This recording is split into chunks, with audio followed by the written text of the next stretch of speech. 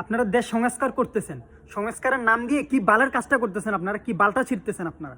গরিব মানুষ ভাত খাইতে ভাত পায় না, গরিব মানুষগুলোর পেটের মধ্যে লাথি দিয়ে বিভিন্ন দলের নাম ভাঙায়, বিভিন্ন বাবের নাম ভাঙায়, তাদের দাদাদের নাম ভাঙায়। ওরা কি করতেছে?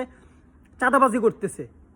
আপনারা এসবগুলোর মধ্যে কোনো ফোকাস দিচ্ছেন না। আপনারা শুধু সংস্কার করতেছেন, শুধু গরিবের পেটে কীভাবে লাথি মারা যায়, হরন বাজালে জরিমানা, যত হরন বাজালে জরিমানা দেওয়া হবে, ব্যাটারি চালিত রিক্সা চলতে দেওয়া যাবে না, বিদ্যুৎ অপচয় হবে। শুধু সংস্কার শুধু কি গরিবদের পেটের মধ্যে লাথি মেরে সংস্কার করা লাগে? সংস্কার কি আর কোনো সংস্কার নাই? কি চলতেছে দেশের মধ্যে? এগুলো কি চলতেছে? এই মানুষগুলোর অপরাধ কি? আগে ভিডিওটা দেখেন।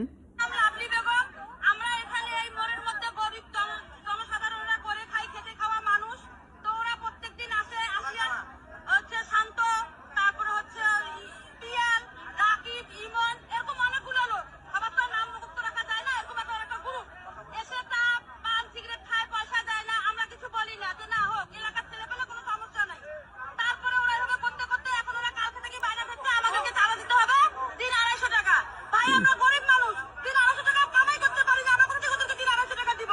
সেই জন্য আমাদেরকে হুমকি দিতে আজকে কেউ দোকান খুলবে না, দোকান খুললে 250 টাকা দিতে হবে। ওদের কথা অবাধ্য হয়ে তখন আমরা দোকান খুলছি। সারাদিন আমরা ভয়ে ভয়ে ছিলাম যে ওরা আমাদেরকে কি করবে না করবে। সন্ধ্যার সময় যখন এশার নামাজ শেষ হয়ে যায় তখন ওরা এসে আমাদের দোকানে দোকানে হামলা চালায়, চাঁদা চায়।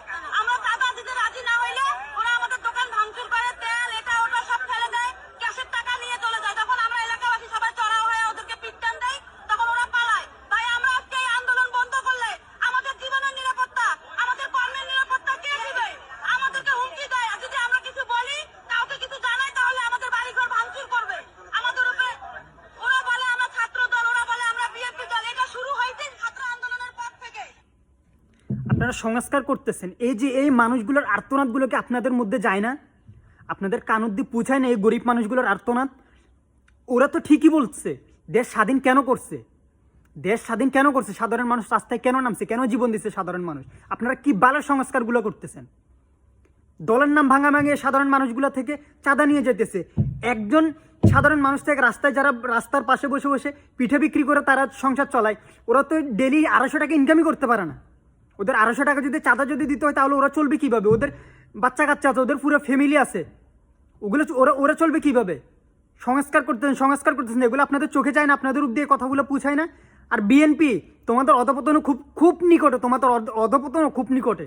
তোমরাও যে বিগত 15 বছর যদি 17 বছর যদি আওয়ামী লীগ ক্ষমতা না থেকে তোমরা যদি ক্ষমতা থাকতা, তোমরা যে কি করতা এই 6 মাসের মধ্যে তোমরা এটা দেখা দিছো। তোমরা আওয়ামী লীগের চাইতে বেশি স্বৈরাচার হইতে। তোমাদের পতন নিশ্চিত। যা কিছু শুরু করছো, স্বৈরাচারগিরি